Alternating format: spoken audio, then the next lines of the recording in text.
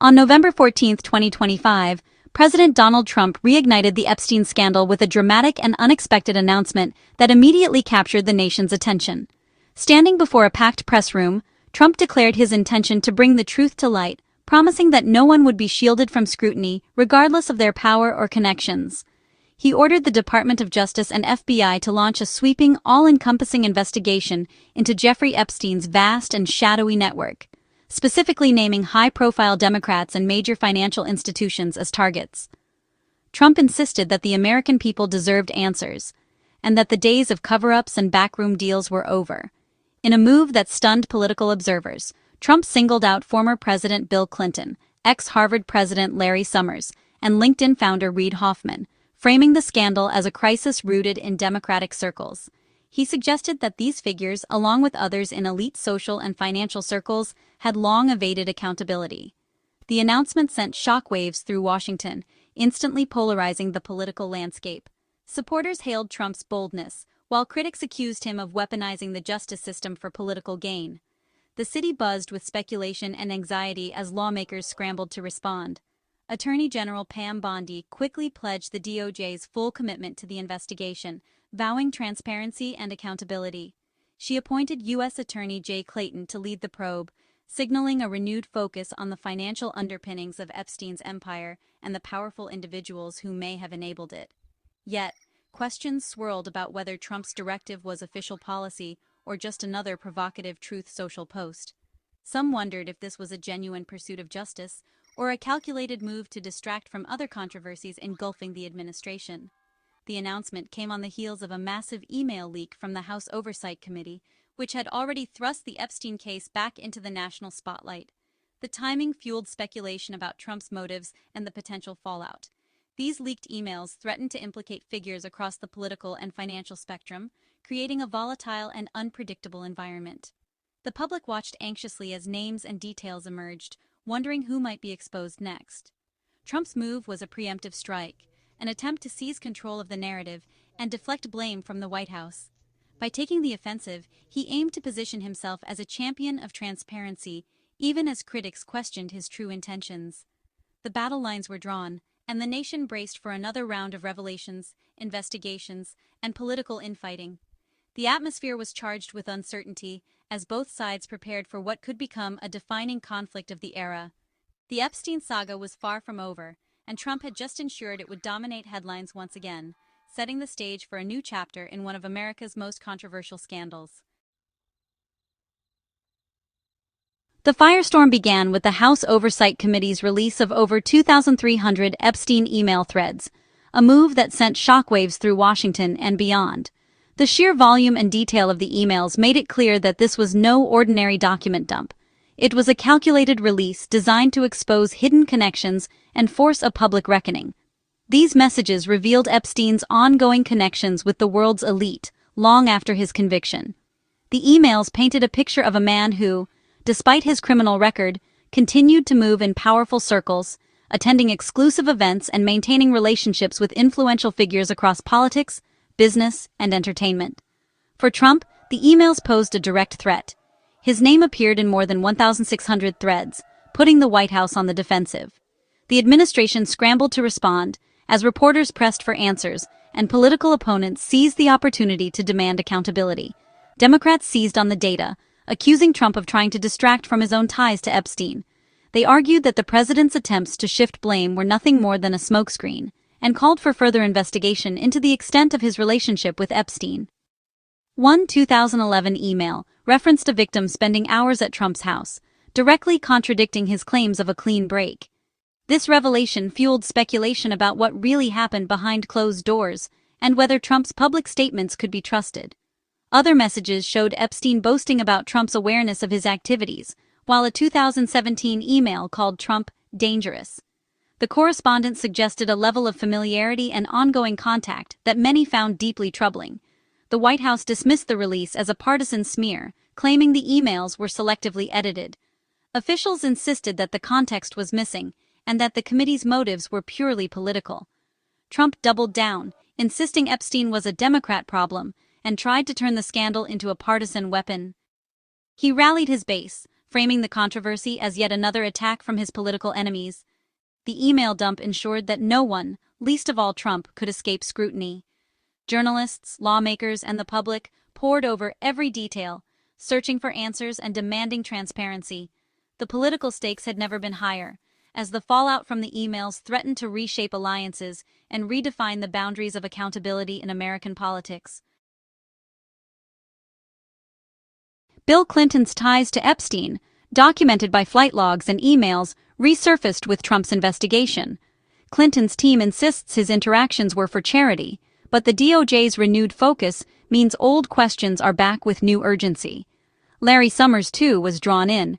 Emails showed he stayed in touch with Epstein years after his conviction, raising fresh doubts about his judgment. Reid Hoffman, LinkedIn's co-founder and a major Democratic donor, was also named, broadening the scandal's reach into Silicon Valley. Each figure issued denials or statements of regret, but the damage was done. Democrats called the probe a witch hunt, while Republicans painted it as overdue justice. The truth was lost in a fog of accusations and denials, leaving the public to wonder who was telling it. The web of influence was deeper and more bipartisan than anyone wanted to admit. Trump's directive targeted not just individuals, but the powerful financial institutions that enabled Epstein's crimes, most notably J.P. Morgan Chase, the largest bank in the United States. This move signaled a dramatic shift, putting the spotlight on the very foundations of the banking sector and raising questions about how deep the complicity ran. For years, J.P. Morgan managed Epstein's millions, turning a blind eye to internal warnings and red flags. Despite repeated alerts from compliance officers, the bank continued its relationship with Epstein, ultimately settling lawsuits with his victims for hundreds of millions of dollars.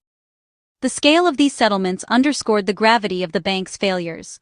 In 2023, J.P. Morgan agreed to pay $290 million to survivors and an additional $75 million to the U.S. Virgin Islands. Yet, the bank continued to deny any wrongdoing, insisting it was not responsible for Epstein's actions, even as public outrage grew. Lawsuits and investigations revealed a disturbing pattern of ignored red flags, compliance failures, and a culture that prioritized profit over ethics.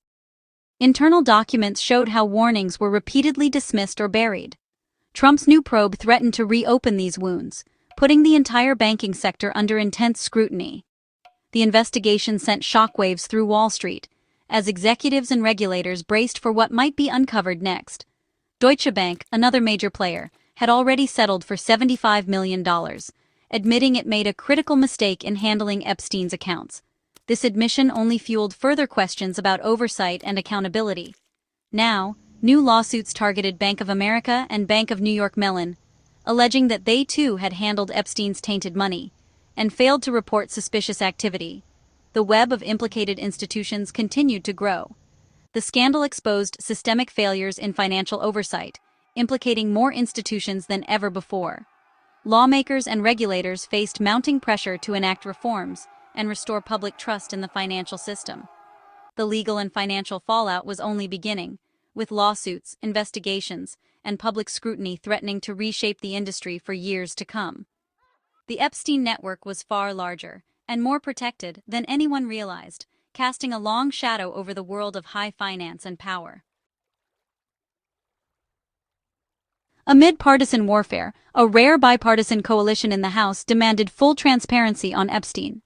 Next week, the House will vote on forcing the DOJ to release all unredacted Epstein files. The effort, led by Republican Thomas Massie and Democrat Ro Khanna, crossed party lines and reached the required signatures, with Adelita Grijalva's support. The discharge petition set up a dramatic showdown over government secrecy. Members like Marjorie Taylor Greene and Lauren Boebert joined Democrats, prioritizing truth over party loyalty. The vote puts the Trump administration in a bind: comply and risk political fallout, or refuse and face accusations of a cover-up. Either outcome could shake Washington to its core. The demand for sunlight was now impossible to ignore. Trump's investigation is a classic deflection, aiming to pin the Epstein scandal on Democrats while ignoring his own connections. He claims Epstein was a Democrat problem, but the financier's network was bipartisan, built on power and access. By focusing only on his rivals, Trump crafts a convenient narrative, not the whole truth. The upcoming House vote on DOJ files threatens to expose a far more complex web, including Republicans and possibly Trump himself. The White House continues to dismiss the email dump as a partisan attack, doubling down on denial. Trump repeats his story of banning Epstein from Mar-a-Lago, but mounting evidence challenges his version. The risk. Trump's strategy could backfire if the full truth emerges. The political gamble is enormous, and the outcome uncertain. The Epstein scandal is fracturing the GOP, as a bipartisan push for transparency collides with Trump's demand for loyalty. Marjorie Taylor Greene, once a staunch Trump ally, broke ranks to support the release of DOJ files, warning Trump not to oppose transparency. Trump retaliated, publicly denouncing Greene and threatening to back a primary challenger. The message was clear: dissent would be punished.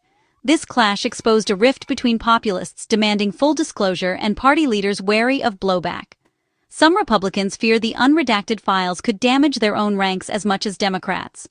Trump's response showed his priority narrative control over truth. As the House vote nears, the party's internal divisions are only deepening.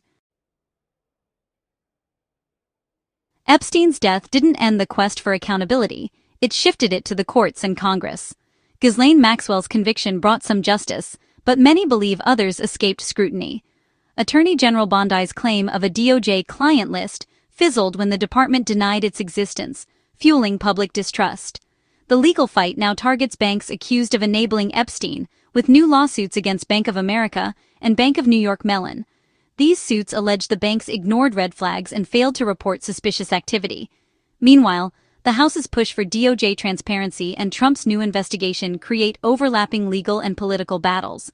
Civil suits seek compensation, Congress demands disclosure, and the DOJ may pursue criminal charges. Each track feeds the others, keeping the scandal alive and unresolved. The path to justice remains tangled and uncertain.